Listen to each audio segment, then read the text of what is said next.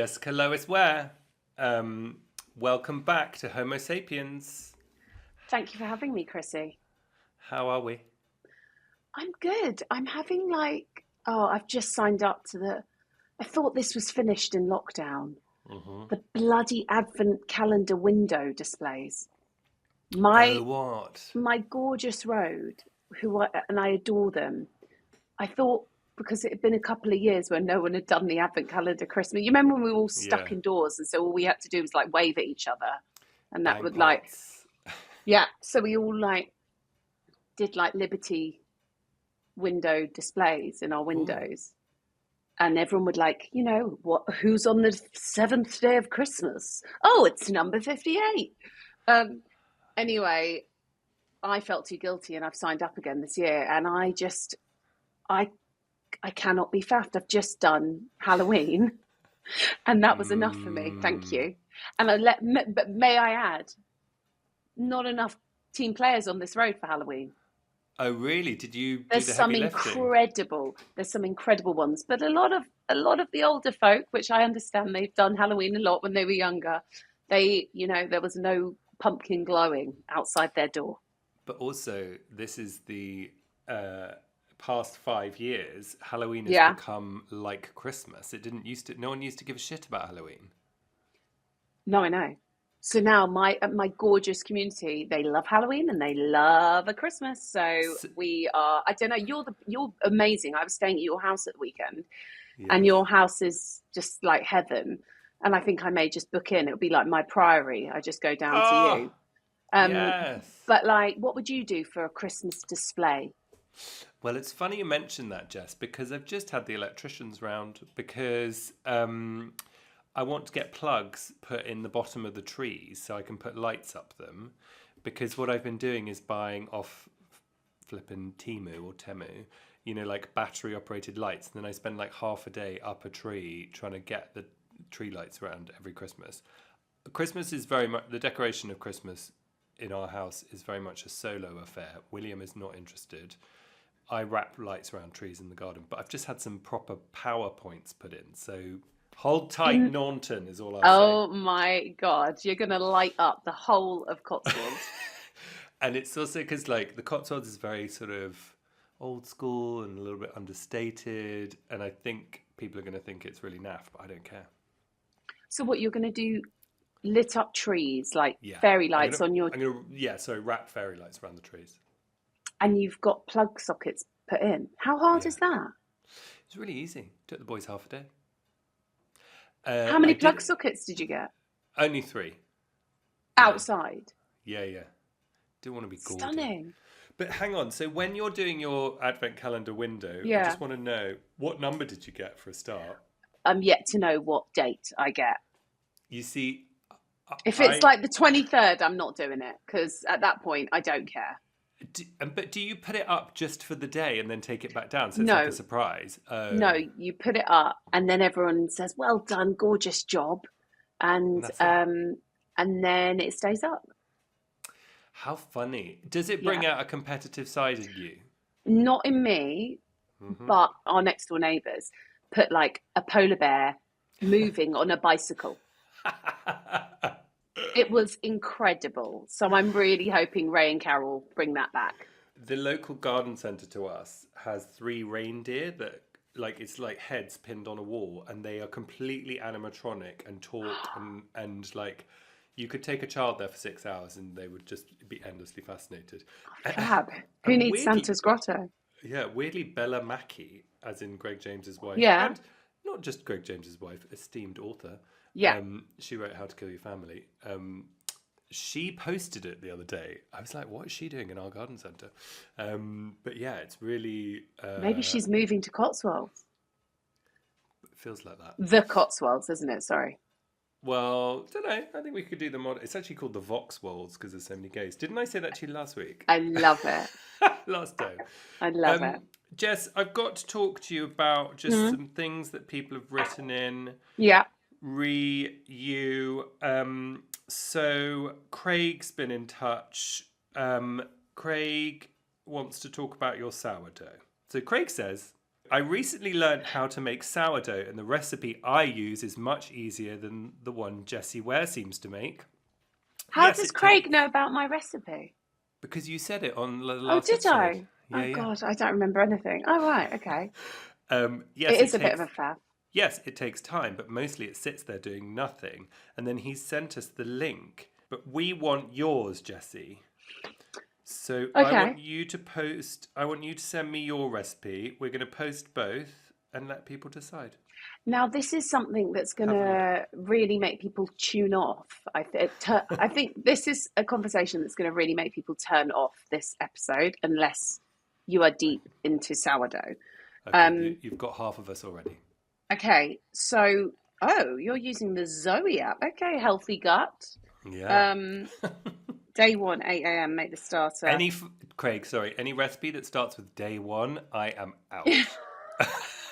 Anyway, I use, Craig, to answer your question, I use Helen, my beautiful yoga teacher's recipe, which she says derives from Tartine, which is a very famous San Francisco bakery, Mm, who they're very famous for their sourdough.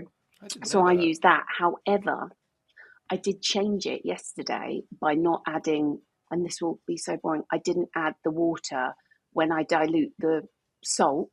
I Hmm. didn't add the water. I just, because I've been watching so many TikTok things, as I think I talked about in the last episode, where it's now cocked up my starter. So this time I was like, right, they're too wet. So I didn't do that. The rise on my bread this morning, it was a game changer. Look, Really? yeah, hold on. Can you see? Jessica, that looks like It's something from a beautiful. bakery. Yeah, it's beautiful.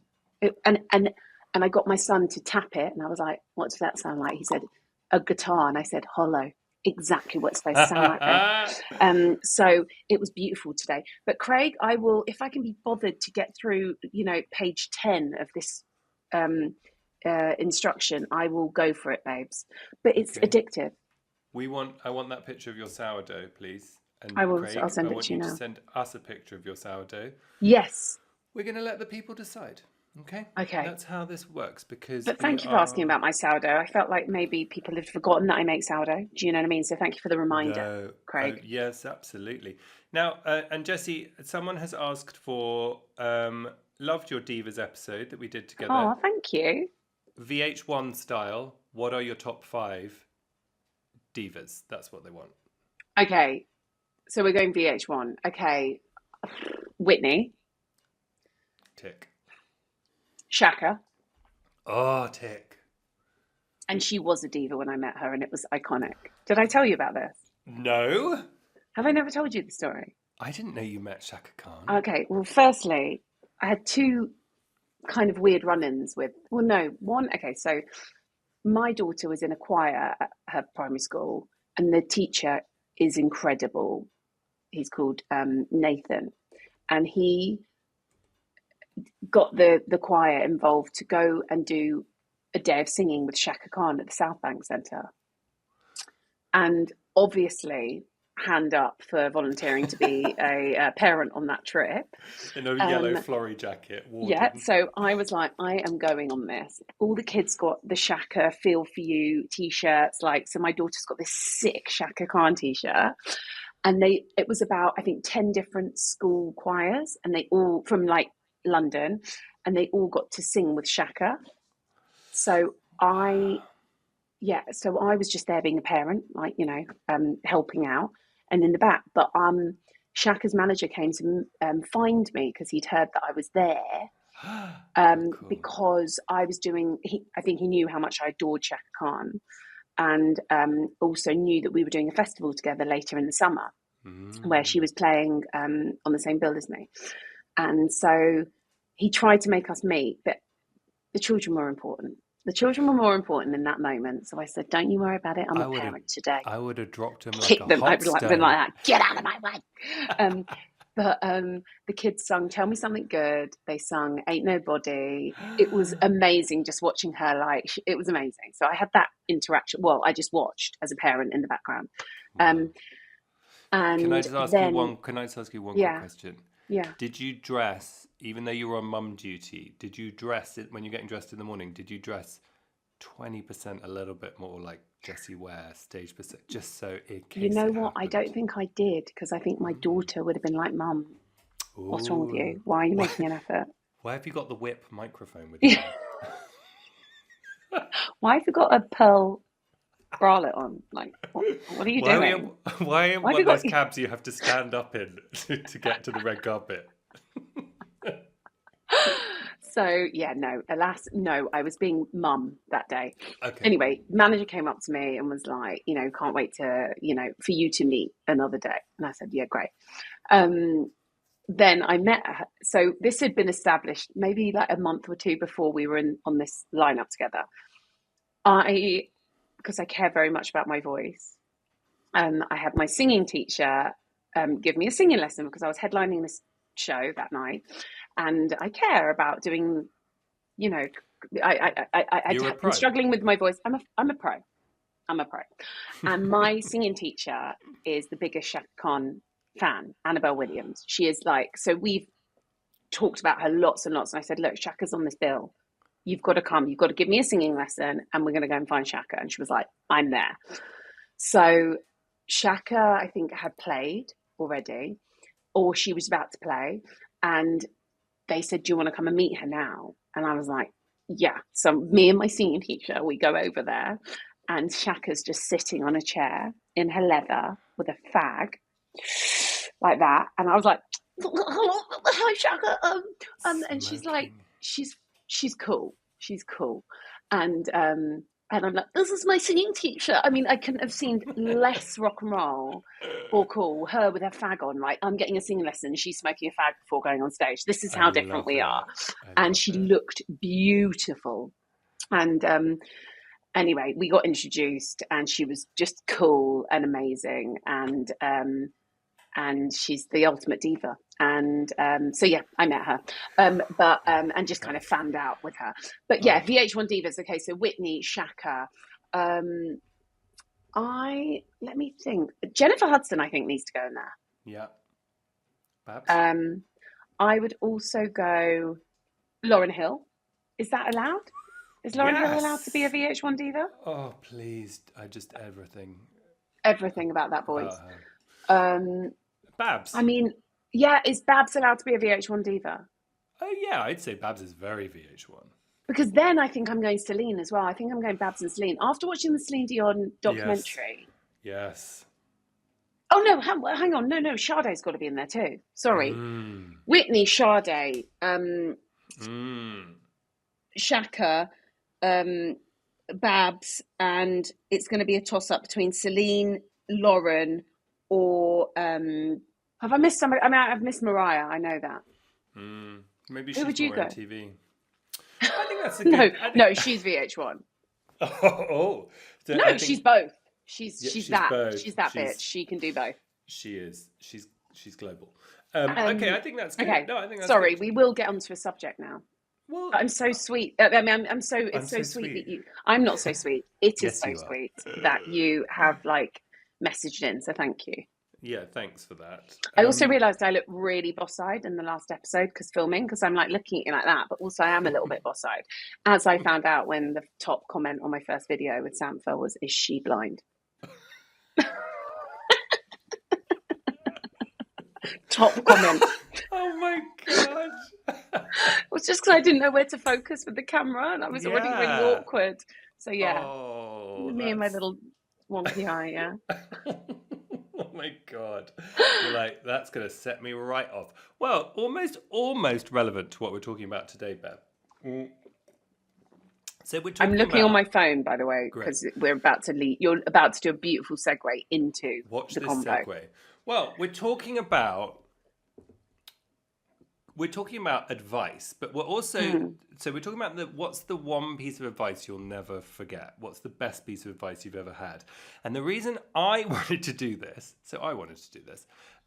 is I think there's a really big thing for the LGBTQ plus community, thinking about what everyone writes in and all this stuff over the years, is that we are taught not to listen to our gut from quite a young age because you're taught to lie about who you are. Oh yeah. You know what I mean? Mm, And you learn to be a people pleaser and all these mm, things. And so I found little nuggets of universal advice really helped me get to sort of know myself more, to commune with what I actually wanted to do and how I wanted to do it. And I think being an artist like you are, it is really important to, like, you have to stick to know your gut. And how do you do that? And I think there are bits of advice that have carried us through all of those things. And particularly, like, it doesn't have to be a segue, but I do think it is kind of relevant. It's like, even when someone writes something ridiculous like that on your first video, how do you maintain the self, because loads of people would just shy away from that. And I think it's really interesting that actually you have to arm yourself with certain things of, like, no, I'm not going to listen to that, or I am going to listen to that, or, I think it's really interesting. And so we put out loads of questions to you listeners, and of course you're a wise bunch. Yes. And why don't we, Jess, do you want to do the first one? Read the first Well, yeah, question. I do, but I want to actually ask you if any Please. piece of advice has stuck with you. Like, I feel like since I've known you, since you were a teenager, you've always kind of known what you wanted to do. And this is not about sexuality, because, you did come out later. You'd already snogged my sister, hadn't you? Yeah. Well, if she ain't going to make you straight, no one is, right? But so, like, you only had because this she's very kind of, beautiful, listeners. I need to clarify, because she's very beautiful. yeah, Google Hannah Ware. She's pretty Yeah. gorgeous. But it's so gay of you to, like, go for the most gorgeous girl, though, isn't it? It was so gay. It was so gay. Anyway, we don't need to talk about you snogging my sister. But what I'm saying is that I feel like career-wise, you had such, like, focus, like, whether it was like you going getting that what was it, internship at MTV, which was the most sought after thing. It was like you just had this eye on the prize, but was so creative with it and amazing. But, like, was there any piece of advice with that, or coming out, or that stayed with you? Well, I think it's interesting. So I think there's two things that I think I hear this a lot from listeners. So this is why I'm bringing it up rather than just talking about myself. Like, I actually think, I think my dad was a photographer and my mum was a stylist. So I think going into, like, a creative industry felt normal, and a lot of people who are creative don't feel that. So I think that kind of segued me in. Yeah. But I will also say, having had years and years of therapy, is that I actually think that I went in, and you say, oh, I felt like I really knew what I wanted to do. I think I was just really ambitious, but I didn't actually do the thing that I think creative people should do early in their career, or it's something that evolves, which is actually work out what it is I want to say, or what it is I want to do. I wasn't doing that. I was just trying to get work. And also I didn't have... this is not a sob story, but I did not have, like, a financial cushion. Like, so I left home at 18 and I had to earn. So I didn't have the luxury of trying to work out what it is I wanted to do or anything. And loads of great people do not have that. It's not like I'm saying I should have. But so I actually think I got really lost, and I didn't really know what I wanted to do. And I was a people pleaser. So I started as an intern at MTV, but I actually then ended up working on MTV Dance, and I didn't really say I didn't want to. Do you know what I mean? Like, I actually think I have quite a few notes on that period. I'll also say I was 21, like, give yourself a break. So, but things that did, help me is, I always remember my friend Ben saying to me, either shit or get off the pot. And I think Profound. and I think that's really good for a lot of things. Like, I think we all talk about doing something. We talk about changing our life. We talk about, and actually he was very kindly saying to me, you've been talking a lot about this, so you either need to do it or you need to not get off the pot, And I remember having that chat with myself about, like, right, okay, so I need to do these things. And that often, if I find myself pontificating about the next move, Ben's words come into my head of, like, Chris, I think you're just talking about it too much. I think that's really valid. And I also think that it's interesting because, I mean, so lots of you wrote in, thank you so much. And this is one that I think resonated with me a lot, from Bird TH1. Oh, yeah. I'd rather regret what I'd done than wonder what if I did it. It's a song lyric. Okay, I think I I basically, love that. you want to regret doing something rather than wondering what would have happened if you done it. And I didn't say that Yes. very articulately, but that really resonates with me because I think there was this crossroads where, firstly, I didn't think I was going to be a singer because I thought it was completely unrealistic. I don't even know, like, did I used to sing with you lot when I was little? You did. You were often doing like Guys and Dolls, but you Yeah, I'd weren't be like someone who singing sang. a musical song, right? Yeah. But like, it was like, I was actually quite kind of shy of the attention. I'm socially really confident, but actually, when it was like, mum be like, Yeah. Jessie's a great singer. Like when she made me fucking sing at Club Med, I want to dance with somebody. I want to dance with somebody in Turkey, October half term. I was 16. And she was like, you want to be a singer? I was like, I don't know. I want to be a singer. She's like, get up there and sing. Pushy Love Jewish it. mother came out and it was the worst feeling in the world. As Oh. we found out, and actually I did sing, we went to our friend's party at the weekend, hence why I stayed with Yes. you. And there, and I have this mad fear around karaoke. And there was this amazing karaoke room where it was a pianist playing show tunes. My heaven. Yes. And everyone was saying, sing, sing, sing, sing. And I was like, I'm not going to. And then some girl comes up and sings like Defying Gravity. I was like, go on, girl. And like everyone's Yes. whooping. And I'm like, yeah. And the knot in my stomach. And it took my friend Kadif to go and do a number. And I was like, fuck it. Okay, I'll do one. And then I just did like a silly fun one. But like, Yes. it's this like fear. But it was my friend Sarah this is very long winded. I'm sorry. My friend Sarah at university had heard me sing and she was so angry at me because she was like, why are you not doing anything with this? And I was like, Mm. I don't know, because I'm going to go and do like journalism or, I'm going to do something else. She was like, and this sounds very overconfident, but she was so angry at me and she was like, you have a gift and you're not Yes. going to use it. Like, how selfish of you. Like, I how love that. stupid of you. And I was like, and so she kind of pushed me to do it. And I think I was very lucky that my friend Jack asked me to be a backing singer, but it was very much my mum. You know, I had a, I can't speak today. Why can't I speak today? I must be getting my period or something. But like, I had a place at law school. My friend I asked didn't me to know go, that. didn't you?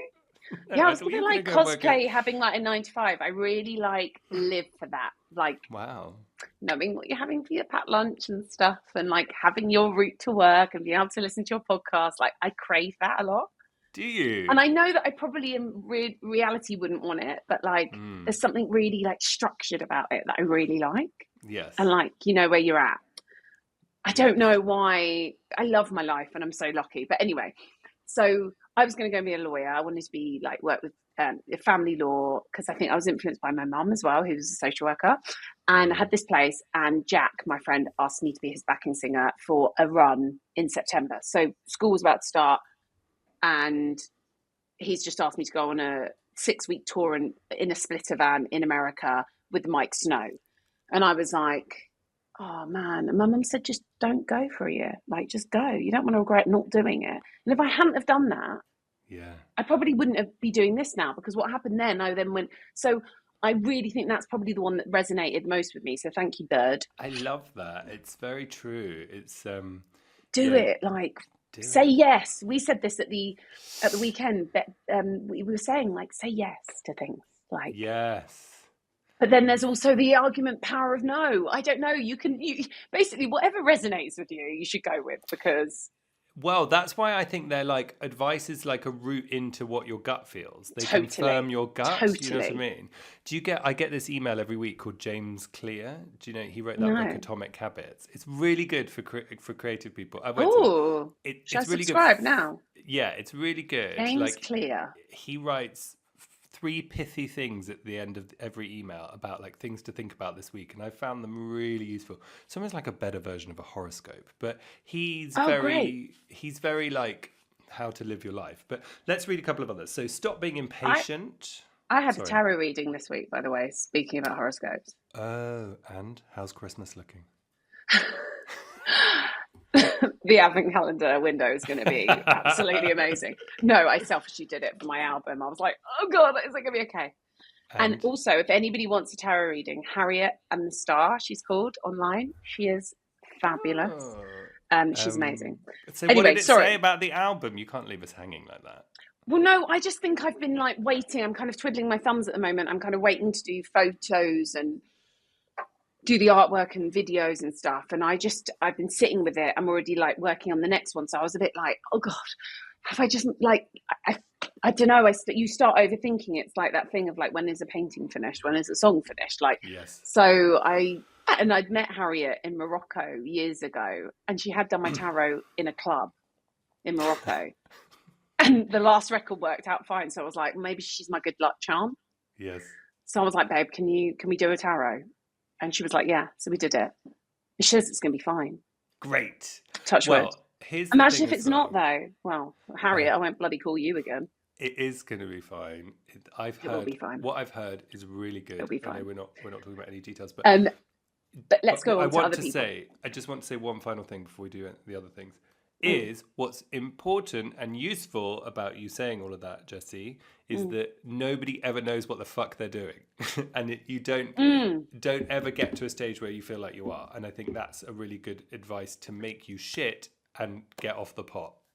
You know what I mean? It's like, because you're waiting for inspiration. You're waiting for a moment where you feel like you're equipped enough. You don't. You're on album 6. You're still like, what am I doing? And Madonna, of course, we have to talk about Madonna. She said that as well. She was like, creativity is 50% arrogance, 50% insecurity. And I loved that. It wasn't quite that, but it was very much that of like, and I think that there isn't anyone on the planet, I can guarantee you, and actually some of the best people I've ever encountered are the most insecure and unsure because they're thinking it all through.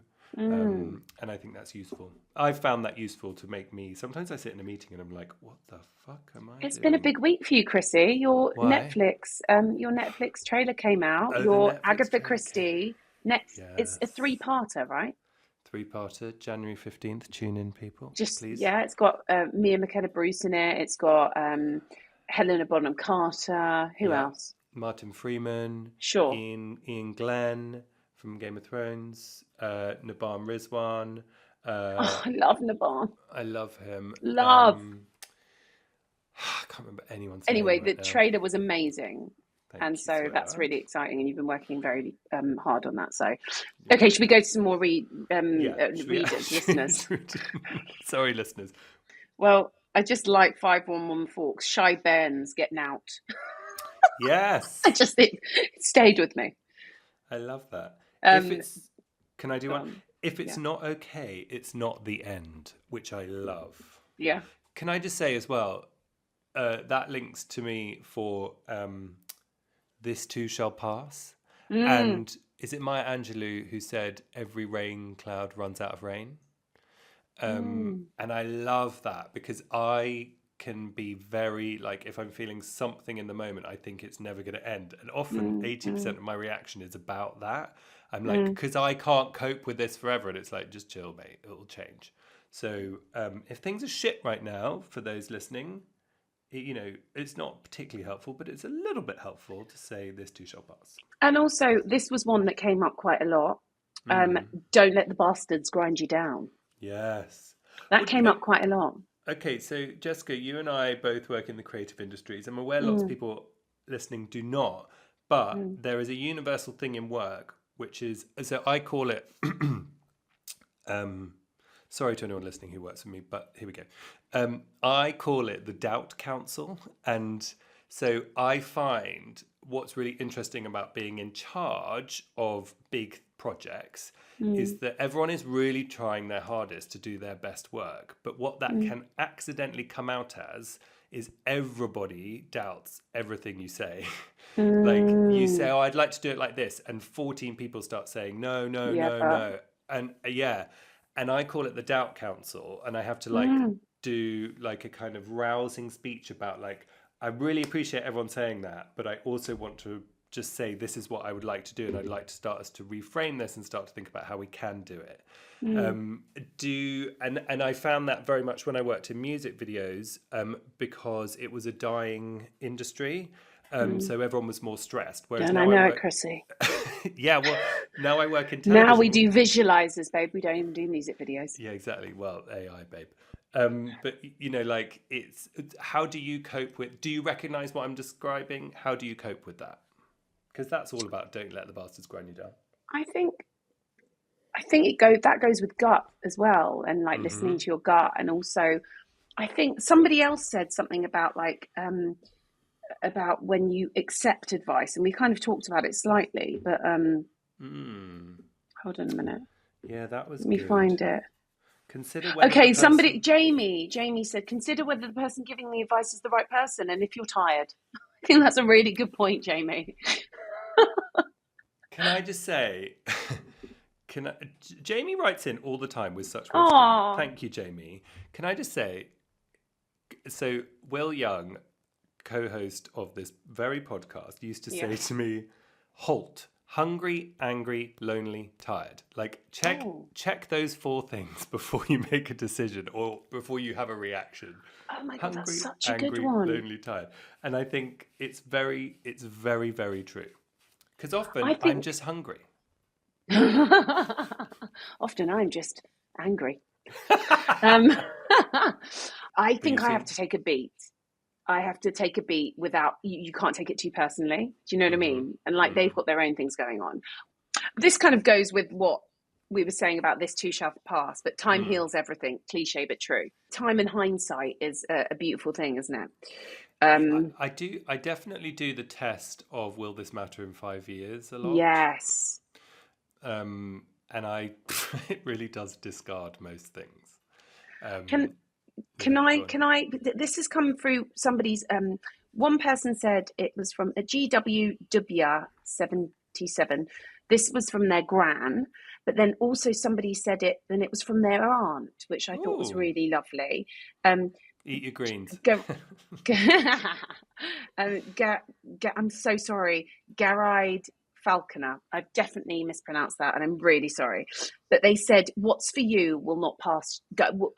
They said, "What's for you will not go past you." Mm, Um, and from their grand said, "What's for you won't go by you." And I think that mm. I love the idea of fate and what's meant to be Yeah, you is see, meant to be.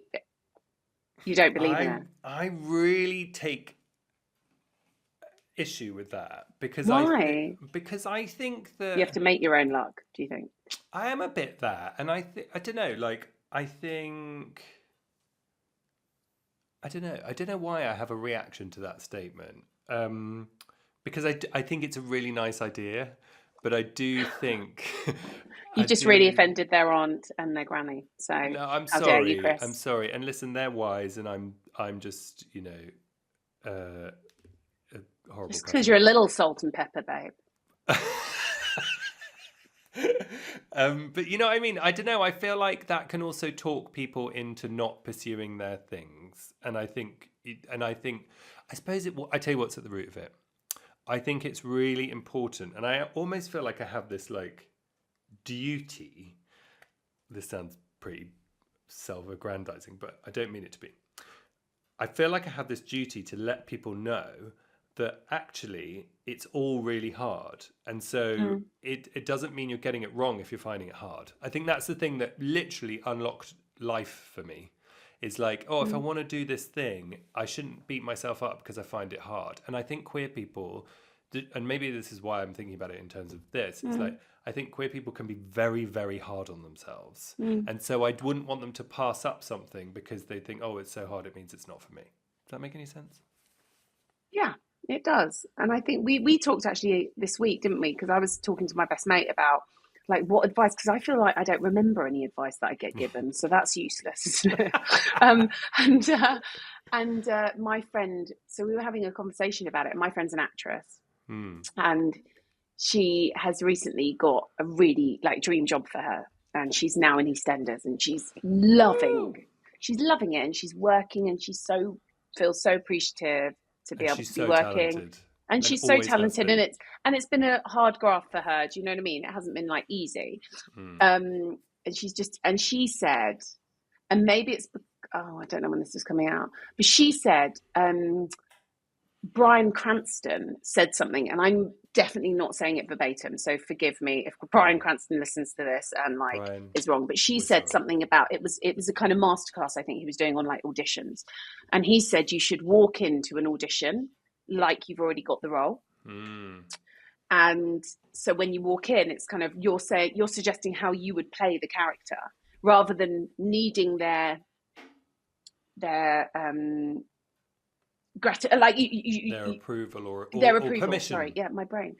Rather than needing their approval or their permission, you've got it, and you're already on that creative journey. So, and I thought about that in relation to like music and my stage fright that I used to have, and this kind of apologetic, very British thing that I think quite a lot of people maybe do, where you kind of apologize for taking up the space in, and I think that it took me literally until like the last couple of records for me to be able to perform and not apologize for being on stage and sing a bit like this. And I look back at some of my performances because we're doing this like new Instagram and they're going to put loads of kind of archive stuff up. And I looked at like an old like Radio 1 Maida Vale session or something, and I just looked so scared and so apologetic, and I didn't like assume that role of being like I'm here, and because I felt like it seemed obnoxious or that's what I thought, but actually, so I then started to try and perform when I'd be on stage and I think it puts everyone at ease, and it's this idea of like being able to like, it's not about like taking up too much space. Can I just say to you as well, what you've reminded me of is, by saying that, is I think it was Gina Martin, you know her? She was the one who got the law changed on upskirting. Yes. Love her.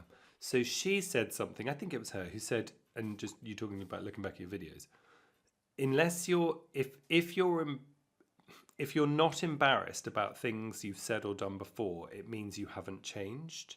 And I've found that really useful to be, because sometimes I'm like, oh God, you know, like how embarrassing. Like episode 1 of this podcast, I sounded absolutely terrified. Like it's like a little mouse is co-hosting with my dear friend Will, who was being so sweet and supportive.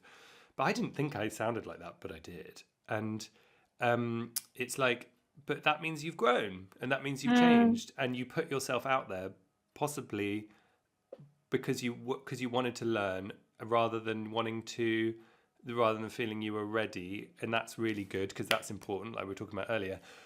But also, sorry, mind firework is reminding me of Doechii. Doechii, how do I say her name? Mm-hmm.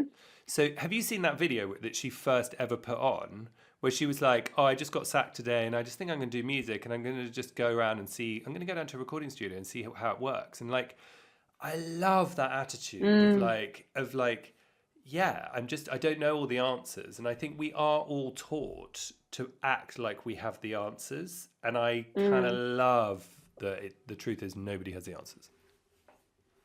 Yeah, that Doechii video is so good. Because, I mean, that's like the birth of like an icon now. Yeah. She's incredible. But nobody thinks that's how icons are born. I think partly because our icons, i.e. 50 plus, are still from that time of very managed media. So we never saw how they began.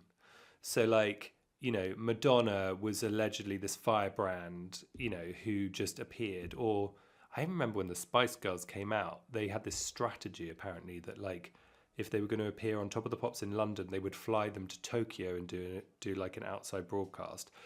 Or they would do it while they were in Tokyo so that they immediately seemed international already. So like no one's really lifted the lid on the beginning. And actually the way that it works with people like Doechii or you or Lily Allen were just people who had a thought, you know, and it was not really sure, but I'm going to try it. And I just really respect that because I think that can help all of us every day in everything. I'm listening to Barbara Streisand's memoir, which it's going to take me till 28 to finish it, I think. But I love hearing her voice. But she's very much like, you know, like you were saying, like we've seen her in the movies, seen her on stage. It's like hearing her talking about the fact that like someone didn't want her for a role, and actually she kind of saw herself more as an actress than a singer. Yes. It's like these sliding doors moments, isn't it? Where, or like, I don't know, what, oh God, like, what's it, blue pill, whatever the other one is. Yeah, blue pill, red Matrix, it's pill. like but yeah, it is fascinating. But I mean, do we love that we didn't have every bit of information about everybody? I mean, this is going off topic, but like, do Well, we love that? I Or do mean, we love that Beyonce's got like, I saw on like a thing that she's got like 300 terabytes of footage, archive footage. And I what, of love that. herself? Of Yeah, herself? like she's documented everything apparently. I don't know if that's correct, Right. but I mean, and I'm Right. probably wrong about the thing, but she's got a load. I only started documenting this record and I'm like, fuck, I should have fucking done it before. I also realised I Whoa. say boom a lot, which I'm really cringing about. I I think yeah, well, I think that's about perfectionism, isn't it? Like I won't document anything because I'm like, I'll do it better later. And actually, I think I've got to the Yeah. age where I Do started looking back at people pics. like I'm interested to know whether like the listeners, whether they've always documented things, whether like that's a camcorder from a Mm, young age. I'm always so impressed by people that have like loads of footage, like home video footage, and like yes. have an or like is that now is TikTok your documentation? Like is that it? Instagram? I don't know. Do you know, I went into a school to talk to kids for this thing we're writing. Yeah. And 15, 16-year-old kids, two things they said, which was really interesting. Being LGBT in school is still really hard for people. They Mm. also said there are really improving attitudes as you get to sixth form, but that was one thing. Secondly was, I loved how they gave me the rundown of how they use all social media. Snapchat is just for whatever. Like you just Mm. photograph your whole day. Instagram is for pictures you want people to see. And then you upload the odd thing to Facebook so that your gran knows what you're up to. I That's love sweet. that. Chris, I don't know if we got anything done in this episode, but I love chatting to you as per. We And loved got hearing from your loads. amazing listeners. You've got such an amazing community that you've built. I know. What a gang you lot are. Thank you. Thank you. Okay, so Jessica, Mm, give me. We started talking about gut, then we went off to advice. Coming back to gut, mm. give me a yes in your life, your career, whatever, Mm. that was a hard yes, you weren't sure, but changed your life. Is this really whack? I don't know. Like saying yes to marrying my husband. I tell you Yes. why. I tell you why. I think I would have had and not only is he the most incredible man, and I love him. He's like Um, an angel he's an from on high. angel, but also he's grounded me. He's like my anchor, and he allows me not to take this role that I have and job that I have too seriously without Mm, like belittling it. And yeah. I think if I didn't have Sam around, I would have been falling in love left, right, and center with like every songwriter and producer. I mean, maybe my content would be more interesting though. And It's I think I would probably not have the longevity that I've had. Is that a mm, terrible thing to say? no. I think it's It's like quite, it's knowing you. romantic, but like he's like allowed me to like, I think, stay on course and be able to have like creative focus rather than like I think I would have been a shit show on Tinder. I thought you Oof. were going to say TikTok. TikTok. Well, Um, I think I am a shit show on TikTok. okay, and give me a no. Give me a really important no. I want to say when someone told me in the label that I should start wearing colour. Actually, Ooh, no, but I do wear colour now, so I don't know what that means. but it was your I remember decision. them saying you should wear colour and you should start wearing some skirts. And I was like, they were like, you wear a lot of black and tailoring, and I was like, yeah, because I like it. Because they look good, And thanks. it just reminded me of that no one else is going to actually be able to. And actually, I now wear loads of colour and like loads of fabulous dresses. So maybe I should have done that earlier. I don't know. Oh, fuck, Chris. I've got better ones than this. Let me think. Okay, No, you do one. I'm gonna do one. I will be quick, but so my yes is the night I said yes to going out. The night that I met William, my husband, because it changed my life, and I wasn't gonna go out. I was exhausted. I was so tired. And then they said, "Oh, my friend Will might come, who I knew I fancied," and I was like, "Fuck it." So I did. So that was a really important yes. And a no that was really important is this is quite a general thing, but like I made the decision to speak up when I wasn't happy in my relationship, when perhaps a lot of people would say, don't, just let the status quo be the status quo. And I think that has been really, really good and has transformed and made everything better. That was really concise. And actually, it made me think about a yes that I wish. I remember my friend, this is a professional one, so you can choose whichever one. I Cool. don't know about my no, Cool. even though I do say no a lot.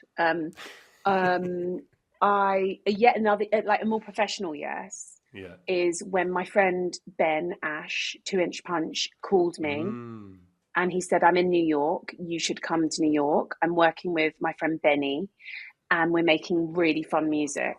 Benny Blanco. And you need to you should just get on a plane. And I was like, okay, I'm going to do it. And I went and we made a song that never came out. But what happened was we then went on to make our second record together. And those are songs that have Say You Love Me on there, Champagne Kisses, Tough Love, And I also made friends for life and have the most beautiful, vivid memories of New York in my 20s and working with beautiful friends.